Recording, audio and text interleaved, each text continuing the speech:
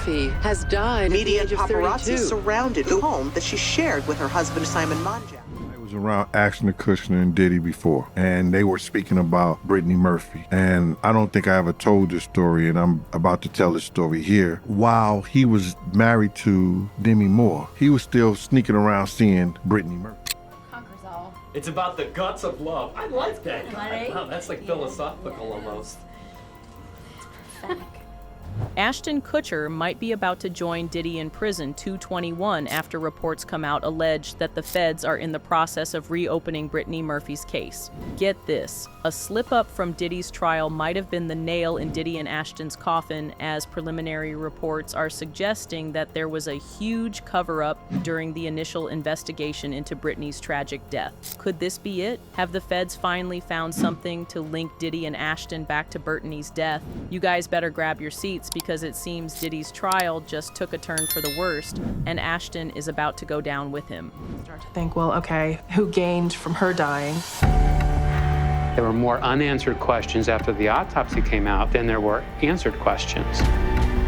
People start thinking, there's more behind this, there's something else. So, in a shocking turn of events, rumors have been circulating after the behind-closed-door first week of Diddy's trial.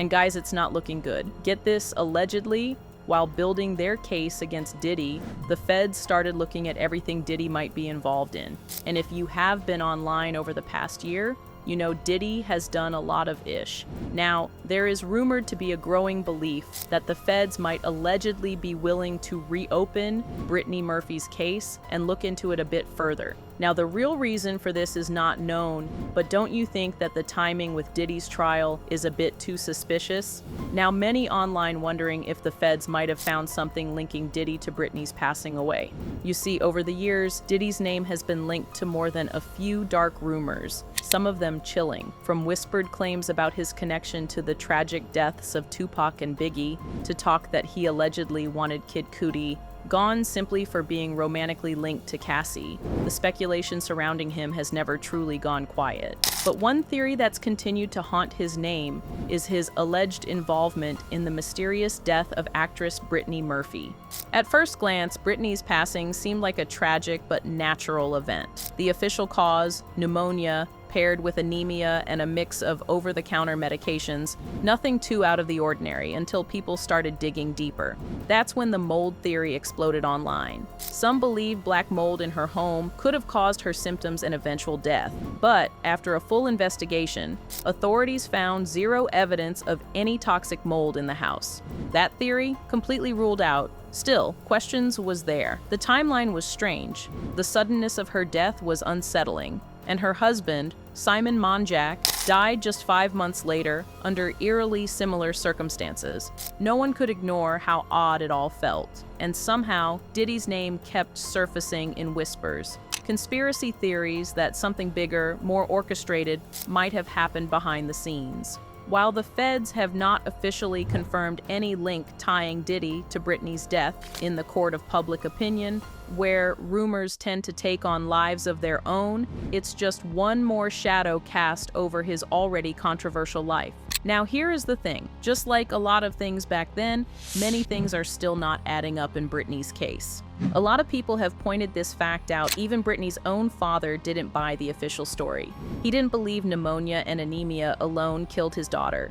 So about 10 years ago, he hired a private investigator. And what they allegedly uncovered shocked everyone. Signs of heavy metal poisoning in Brittany's system. Not just trace amounts, levels consistent with being slowly poisoned over time. And here's where the connection gets dark. That same type of poisoning has also been whispered about in the case of Kim Porter, Diddy's ex, who died in 2018 under similarly mysterious circumstances. According to reports, in the weeks leading up to her death, Brittany had confided in friends that she feared someone was trying to harm her. She even suspected she was being poisoned.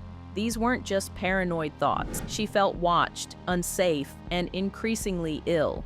Then suddenly, she was gone. And just when it couldn't get more disturbing, 5 months later, almost to the day, her husband Simon Monjack also died. Same house, same cause, pneumonia and anemia.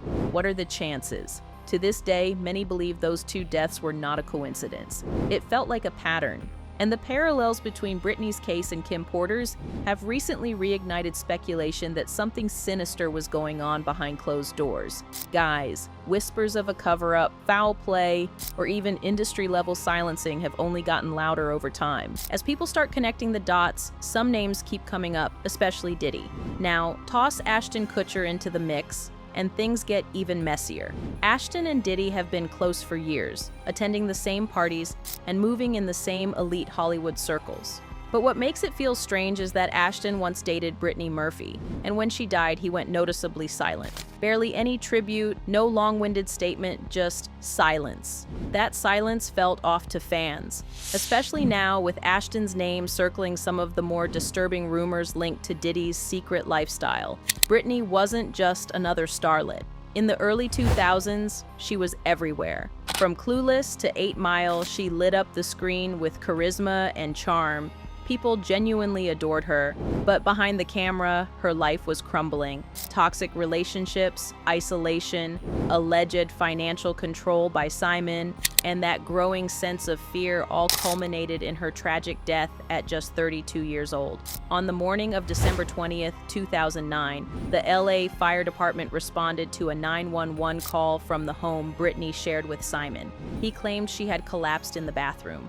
Despite efforts to revive her and rush her to Cedars-Sinai Medical Center, she went into cardiac arrest. At 10 a.m., Brittany Murphy was pronounced dead, and Hollywood has never truly moved on. So the official story that Brittany Murphy died from pneumonia, anemia, and multiple drug intoxication has never sat right with fans or independent experts. But what truly raised eyebrows was how her husband, Simon Monjack, handled things. When Brittany died, Simon immediately tried to block an autopsy.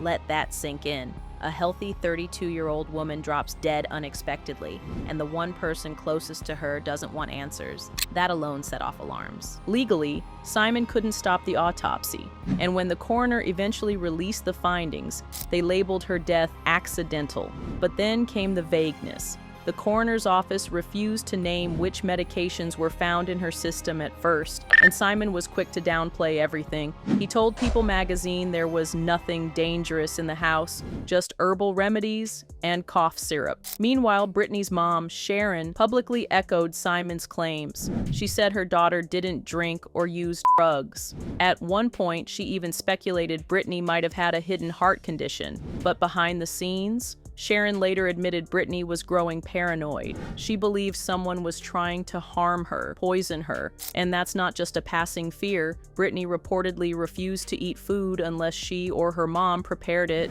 avoided certain drinks, and even ramped up home security with fingerprint locks and surveillance cameras. That level of fear doesn't come from nowhere. Then there's the mold theory. After both Brittany and Simon died within 5 months of each other, talk of toxic black mold exploded online. It sounded plausible at first, but when both Simon and Sharon refused mold testing in their home, despite bringing up the theory themselves, that raised another red flag. If they truly believed mold was to blame, why block the tests? Top forensic pathologist Dr. Richard Shepard later shut the mold idea down for good. No fungi in Brittany's blood, no spores in her lungs. It wasn't mold, period. So what was it? Here's where things get dark. Reports from close friends say Brittany's personality completely changed in her final months. She was no longer the bubbly, beloved actress fans knew. She was isolated, gone, anxious, and she was telling people, confiding directly, that she believed powerful people in Hollywood were out to get her. She feared she was being watched, that she was being poisoned, and she wasn't being paranoid for no reason. Simon Monjack, her husband, had plenty of baggage. Not only did he start dating Brittany when she was just 17, but he had a trail of lawsuits, unpaid debts, and shady dealings. There were whispers that he controlled Brittany's career, her finances, and even limited her contact with friends. The idea that he isolated her emotionally and psychologically while possibly playing a deeper role in the mystery has never really been ruled out. And when Simon died of the exact same causes 5 months later, same house, same timeline, same symptoms, that's either the world's strangest coincidence or something far more sinister? I've never seen a case where a young wife dies and 5 months later, a youngish husband dies, basically from the same underlying factors. Not only the same underlying factors, but even the couple's final hours alive are eerily similar. Now, once the mold theory got tossed, thanks to a lack of any fungal evidence, attention shifted to something way more sinister: heavy metal poisoning. Brittany's father, Angelo Bertolotti, refused to accept the official version of events, so he launched his own investigation, and what he uncovered was chilling. A private lab found extremely high levels of heavy metals in Brittany's hair. We're talking about substances like antimony and barium, which are commonly found in rat poison, insecticides, and even some warfare toxins. This wasn't just a slight imbalance. These were alarmingly toxic levels, consistent with deliberate exposure over time, aka slow poisoning, exactly the kind Brittany had feared. So the question becomes, why didn't the original coroner test for this? Well, it turns out they only check for poisoning if there's a specific reason to suspect it. But Brittany had literally told people she thought she was being poisoned. That's not just a red flag, it's a full siren.